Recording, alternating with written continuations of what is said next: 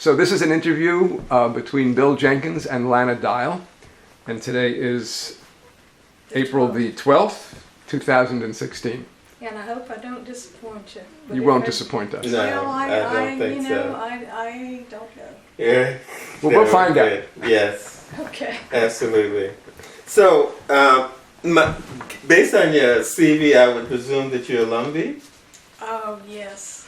So I grew up. I even put my tribal enrollment number in that CV. So Oh, okay. You can find me with the number. Okay. Okay. So I remember my father was the one time I can remember my father really being excited about a news story was when Robert Swalls, I think his name was, who had gotten in trouble with the Klan in Robeson County. Robinson. What? Robertson? Robinson. Yeah. Oh, it's not Robeson? It's Robinson. That's how it's pronounced. Now, it might be spelled like Robeson, like you're saying, but it's Robinson. Okay, So Robinson. practice. Okay, Robinson. okay, Robinson. Robinson County. Okay. And he had been protected by the Lumbee until he was able to escape North Carolina. My father was following this story when I was a kid, so I've always had this sort of thing about people in the Lumbee community. It's been an interesting time. First of all, so tell me a little bit about growing up in Robeson County. I can't because I grew up in Hope County. Oh, okay. How far away is that from? It's right next door, but Oh, okay. it's still a very different county. Oh. And I have to confess, some of our people, Lumbee, a little bit prejudiced against folks who grew up in other counties other than Robeson County. Oh. But my parents both grew up in Robeson County. All the relatives were in Robeson County. But when my father got married, he said it was too crowded. And he was moving to Hope County to start, his, life with his family. Oh, okay. Yeah. And so, how do you spell? Is it Hoke? Hoke. Hoke. Hoke. Hoke County. County.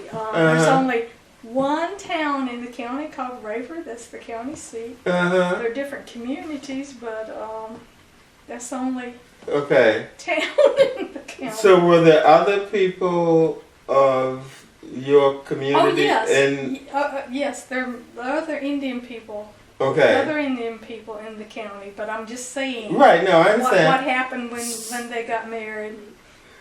Go ahead. So the majority of the students in elementary school with you, what proportion would have been Lumbee or Native American? Probably, through the 7th grade for me, I went to an all-Indian school. We Oh. had 3 different school systems, white, black, and Indian. And the school that I grew up, Hawkeye, one word, school, the land was donated by the Indian community. Right. The Indian community worked together to build that school. Okay. And Okay. provide as much funding as we could. Okay. And when we got textbooks from the state and everything, we never got brand new textbooks. But, Yeah.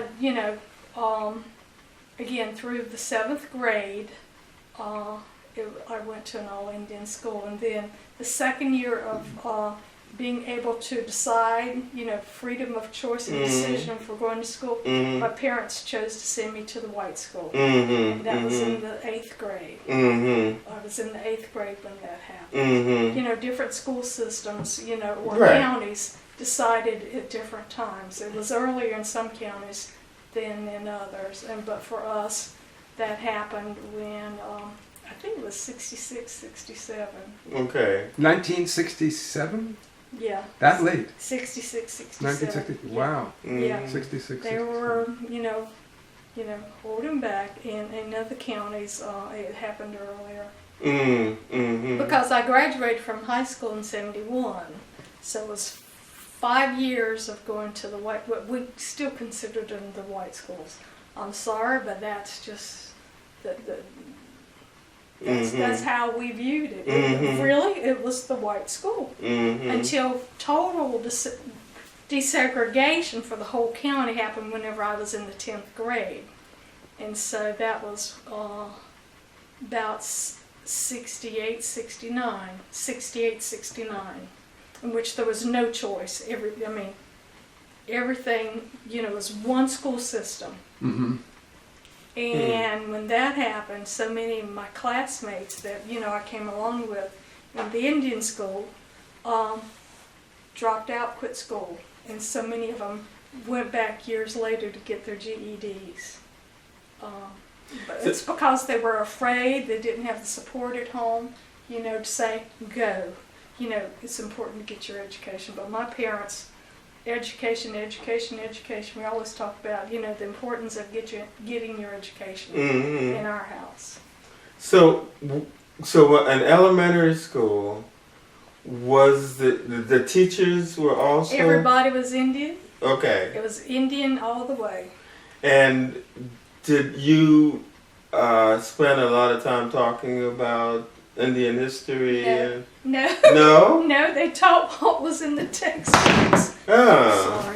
Sorry. No, it's fine. I don't need it. No, it was like, every school day was the same as, I'm assuming, in every other classroom. Yeah, right. On which, being Indian, we lived it every day. We didn't have to be taught it every day. And what we were taught was through our own personal history and life experiences from our, our family members, telling the stories of, what had happened previously. Right. But so like stories of the Lowry brothers and stuff like that. Yeah, That was Lowry. Lowry brothers. That's okay. If you don't know, you don't know. Yeah. It might look one way, but it's... You're right.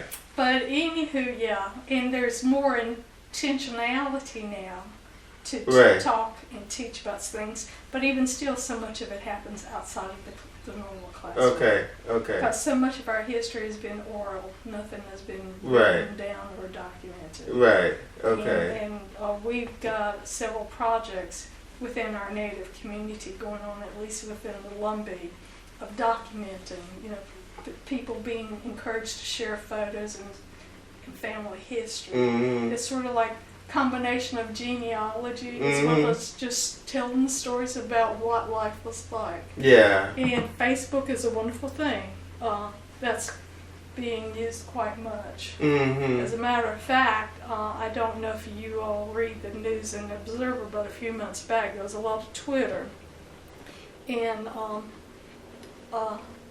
activity on one of the Facebook groups dealing with Lumbee ghost stories, which Josh Shaver, I think is his name, he's a reporter with the NNO. I like this stuff, but he happened to discover that Facebook group and reported on some of the stuff that had been posted. And he didn't get permission, he didn't talk to anybody, he just copied and pasted, different things in his story and said, if you want to learn more about this, go here.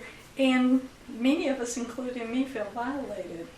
So we're like, here it is, it's one thing to go and, be an observer, but it's another thing to publish and, reproduce stuff that you find without talking to somebody and asking, do you mind?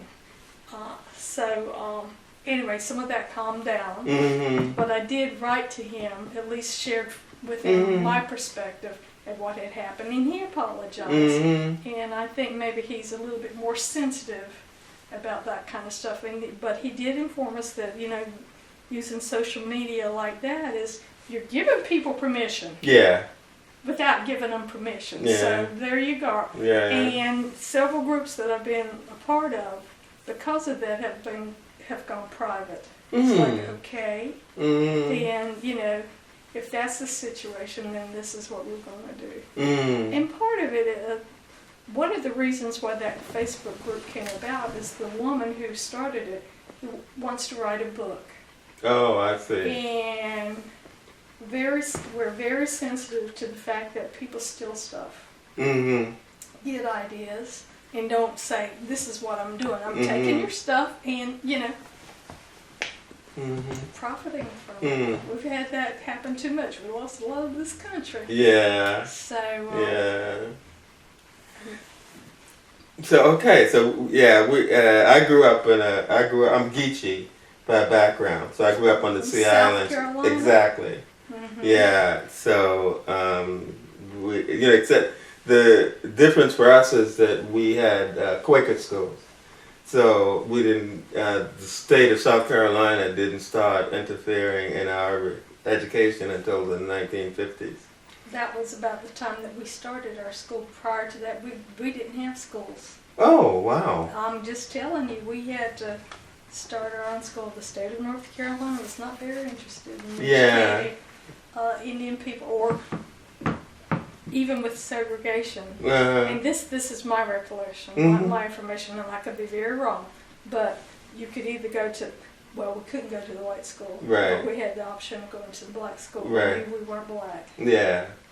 And so that's the reason Right. folks came together to build our own school. Yeah. So yeah, interesting. Okay. So I think one good thing about that is that it gives you, having the opportunity to know your own history, it gives you a greater sense of who you are and what you might do. So many young people today who grew up in what they call PWI, predominantly white institutions or schools, they tend to lack a sense of, self, and it's sort of kind of an interesting problem. So then you went to the white school. How did you transition to such a different environment? I'm presuming it was very different. It was very different. Well, I mean, the school itself was pretty much a school. The situation was that I had very few friends. That first year, my 8th grade, I might have had 1 or 2 friends, period.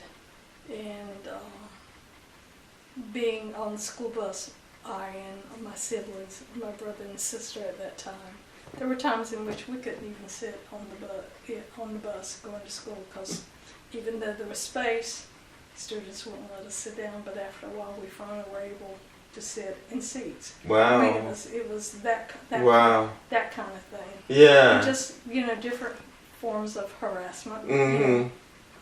Students just being mean, and they're probably repeating things that they heard, at home from their families and everything. But my high school years, when you see programs on TV, and whenever I meet different ones in college, and they're just all these wonderful stories about high school. I hated high school. Those were miserable times, and I got through it. I did what I had to do. And again, all through high school, I've got 5 fingers on this hand. I have few fingers left over in which I didn't have friends, maybe 2 or 3 at the most. Wow. And I just basically, pretty much kept to myself. I didn't have much choice. Yeah, didn't right. have much choice at all. Yeah, wow. But it helped me to be stronger. Right. I had to learn to really like myself. Yeah. And then going off to college, that was a completely different universe. Yeah, okay. Yeah, but because of what I had experienced in high school, it helped prepare me for college. Because you go from a place in which you have very few friends to a place which you don't know anybody at all.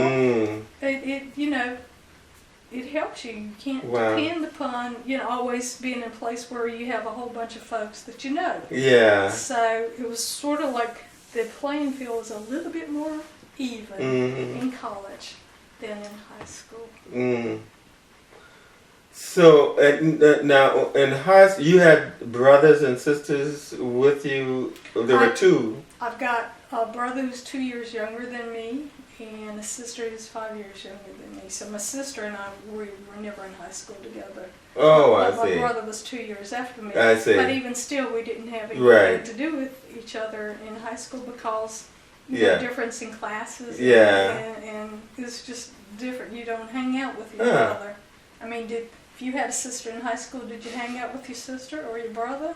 I don't know. Yeah. Most people don't. Yeah. No, my brother and I were quite different. My brother was the perfect student who did all the work and everybody liked him. And I was the bad boy. You probably had more fun. Well, now that's for sure. I don't know. But, Oh, most definitely, but man. my brother and I are very, very different. Yeah. Yeah. But Yeah. even still, I don't know too many siblings who. Right, with her. yeah. As a matter of fact, in my class, we have a set of twins, fraternal, not identical, male and female. Right. They never did anything together. Oh, yeah? Huh. Never. In the same class. So Yeah. No. Yeah. We were quite different. My parents, when the state took over of the Quaker school in my community, my parents sent us to a Catholic school in another city, day school, and I did not like that. But they let me come back my last 2 years to what is now a public school, Okay. but it was the same school. Had a lot of traditions that I'm used to, and I had a absolutely wonderful time. It was the best 2 years of my I'm happy life. for you. Yeah, high school was Yeah, great. my siblings had it easier than me. Yeah. Because when they came along, the institution, the school was a little bit more open. Right. I was amongst the first Okay. class Okay.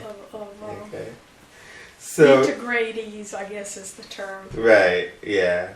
Yeah. I didn't have any experience in a predominantly white environment until I finished college. So, it was easier for me. So you went to college. Where did you go to college again? Chapel Hill. Right, I and did you got all the my AP. Yeah. I got all my formal education there. It's good, cheap education. Yeah. Yeah. So, and your what was your major? In undergrad, Yeah. English lit, but I had a minor in chemistry and biology. Oh, okay. Reason being is I had all ideas of going to medical school. Right. Well, that's the best Applied, combination. but my grades weren't good enough. And Huh. so I was,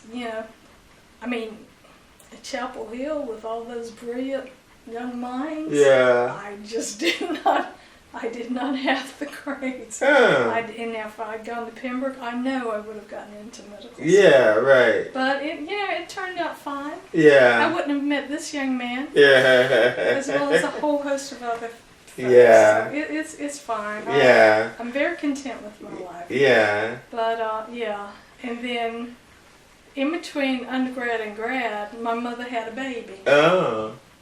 The last baby, because whenever I was a freshman, unless I've already told you this, within the first month of my being a freshman at Chapel, my mother had a baby. So there's 18 years difference in our ages. Yeah. And she and my father did it again and had, my last baby sister was born after I graduated from college. Wow. So I took care of her pretty much like her first year of life. Yeah. My mother never gave her a bath until she was almost 1, because I did everything for her. Wait a minute. So, but you were in Chapel Hill, and she was in... I said the year between being an undergraduate and going to graduate school, there was a year in between. Oh, there was? Yeah, because when I graduated from school, I couldn't find a job with anybody who wanted to hire anybody with just a bachelor's degree in English. I didn't have any, teaching experience or anything, and my degree was pretty useless. And so, But English majors have the highest average AMCAT scores for medical school. well, just telling you, Yeah, you must right. have had them higher than me. Yeah. Because I didn't get in, but that's okay. Did you, because I've had a number of Columbia students work for me. So, did you apply for medical school outside of North Carolina? Yes, I did. Oh, you did? Yes, I did. Oh, okay. And one of the things that fascinate me is this focus on North Carolina and Robeson County. You're getting there. This is lovely. Yeah. This is lovely. Yeah.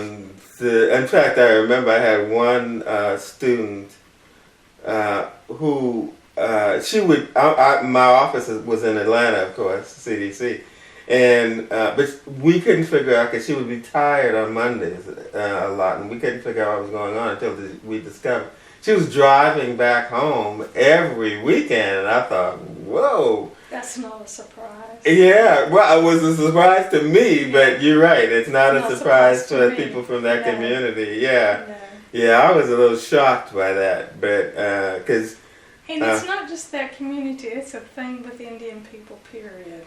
'Cause, in many respects, we go home to get our souls, our spirits renewed. yeah, Being with our family and just, not having to always think about being on your guard about stuff. It's like you can be. yeah, You can just right. be who it is that you are. Yeah. And sometimes when things happen around you, I've been in many a situation, I just look at the person. And I have to believe that you have too. And it's like, there's no need for words. I mean, it's all that telepathy. Yeah. You know exactly what the other person is thinking. Yeah, right, And, yeah, So, yeah. Well, I have to admit, most of my students have been urban Indians, so they haven't. It felt unique to Lumbee, to me, because this was a pattern among the Lumbee students I've had over the years, but I didn't see that pattern in Navajo students, for example, who grew up in an urban environment in California someplace. well, it but depends they upon, the experience connection. that they have. Yeah, but also the connection, how often they went home. That's right, exactly, I mean, and exactly. again, that's with everything. I was going to say, at least here in North Carolina, amongst the different people that I know of the different tribes, it's pretty much given. I know folks who work for the state of North Carolina who drive back and forth between their home community and Raleigh every day. Wow. Every day. And it's a 1-hour trip, one way. Yeah. Every day. Yeah. Every day. So. Yeah, that's amazing. But Navajo, you Yeah. have to go. You have to really work it. Yeah. To go back and forth between their home community, Right. wherever it is that is. Oh yeah, their that was home hundreds of state. miles away. Yeah, it's not practical. Yeah, right. Yeah. And just Yeah. like there's a number of Lumbee who back in the 50s they left home to work in Detroit and Baltimore and Philadelphia because that's where the jobs were. And when they retired, guess where they went? Then I went back home. They went back home. Yeah. And also major holidays and everything, they made sure they went home. Yeah. They went home. Yeah. Yeah. I'm feeling that myself now. But when I left for college, it was 8 years before I ever went back. One time. No. And no. over the 47 years, I had never spent more than one day in my hometown. But now that I'm much older, I'm thinking about spending more time there. But I guess it's just a different in the experience. And I'll give you another, for instance, with me. Whenever I was in college, I went home every month. If I had to get on the bus. You're kidding. No, I'm serious and tried to find a ride home. And that's the way it is as far as I can tell with the current young Lumbee students around here. Huh. Whenever I went back home to work, definitely every weekend I was at home with my parents.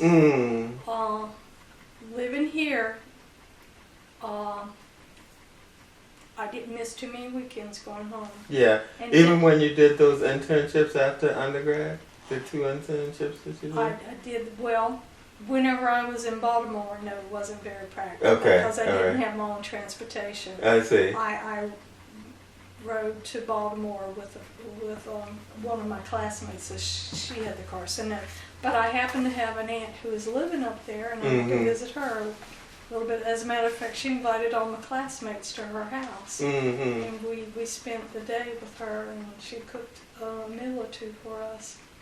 And down in whenever I did my internship in Augusta, North Augusta. Right. No, 6 weeks, no, it didn't make any sense to come home. but otherwise, I did. I Mhm. turned down a job in Arizona because it was too far away from home. Mm. I couldn't come home very Wow. often. But Wow. the last 4 years of my mother's life, I saw her just about every weekend. Mm. She was in a nursing home, and it was an hour and a half away in Lumberton. Mm-hmm. But we chose, I and my sister who, she's married and lives in Apex with her husband when she's not teaching at Pembroke. We chose to keep my mother in Lumberton so she could be close to her family and church, Mm-hmm. so they could come and visit her. Mm-hmm. And so Yeah. I did the troops. Yeah. So how was your experience at UNC? I enjoyed it. Oh yeah. It was a major learning experience. Mhm. The studies were hard, and I realized I didn't know how to study as an undergraduate, and I finally learned how to do that in graduate school. The 2 different times I was in graduate Right. school, and so it took me a while. Yeah. But I appreciated being exposed to so many different people from Yeah. different places Right. and different economic means. Yeah. It's just amazing to me how many people have so many resources Yeah. available to them, and they don't appreciate it. Yeah. They really don't appreciate it. Yeah, that's true. But, That's true. Yeah. Yeah. Yeah, I have to admit, the only thing that I come away positive from my early education was those nuns made you study, boy. It was, whoo, Lord, that's why I hated it so much. You know, I didn't have time to run wild or do anything bad. Well, because I grew up on a farm, whenever we got home from school, we changed clothes and hit the fields or did whatever it is we had to do. Oh, And wow. a lot of times, what little bit of homework I had, I pretty much did it on the school bus ride from school to home. Wow. Because it was like an hour one way. Yeah. I shake my head every time I read articles about parents complaining about the bus rides here and everything. It was nothing for us to be on the bus at 6 o'clock in the morning. Mm. Or, between 6 and 6:30 every morning, because it took, buses don't go very fast, at least back then. Mm-hmm. And it's like, and we were at school by 7:30 Mm-hmm. in time for, we had homeroom, Mm-hmm. begin around 7:30 and classes would begin at 8. And it's like, why are people complaining? Mm-hmm. I just don't, maybe it's just because that's all we knew. Mm-hmm. There were no choices. Everybody had to do it. Yeah. Everybody. And again, growing up on a farm in the summertime, and I don't understand this thing about the changing of the time, we would get up around 4:30 or 5 in the summer. Sun comes up at 5. We were out in the field between 5 and 5:30 doing what we had to do. Yeah, wow. So again, that's just my early programming. I just, Yeah, the right. complaints, folks Yeah. just don't know and understand that there are people have different life experiences and how blessed that they have. That's right. Yeah, yeah, So blessed. definitely right. Yeah. Yeah, I'm learning to appreciate yeah.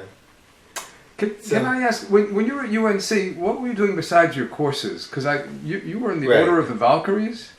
Yeah, I was tapped. Yeah, I was a member of the Valkyries. That happened my senior year. A lot of stuff happened my senior year because that year the folks with Campus Y approached me about starting an organization for Native students. And that's probably the reason why I was tapped for that. That was a surprise. That's an honor society, right? Yes, I didn't even know about the Order of the Valkyries, which is now being combined with the Mill Honor Society. At that time they had separate male and female.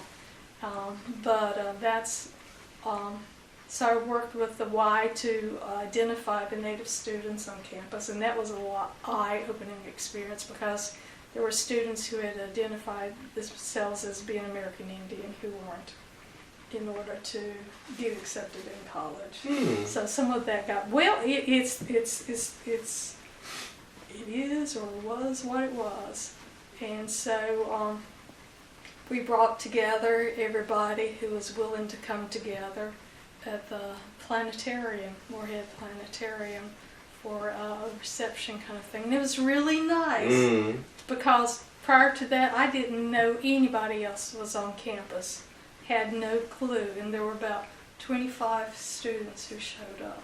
And that's how, after that, the Carolina Indian Circle was formed and organized with the help of the Campus Y.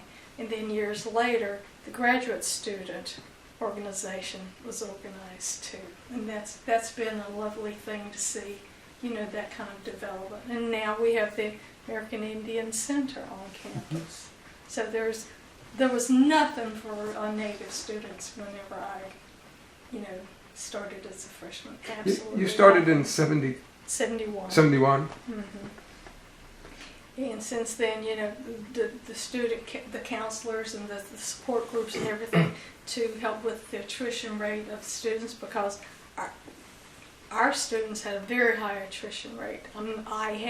I don't know to this day what it is now, but I'm hoping it's a lot less, because there are mentors and role models on campus now that we never had. Again, whenever I was going through as an undergraduate, as well as a graduate student, there really was very little support on campus. Very little support. What is the name of the graduate organization for Indians?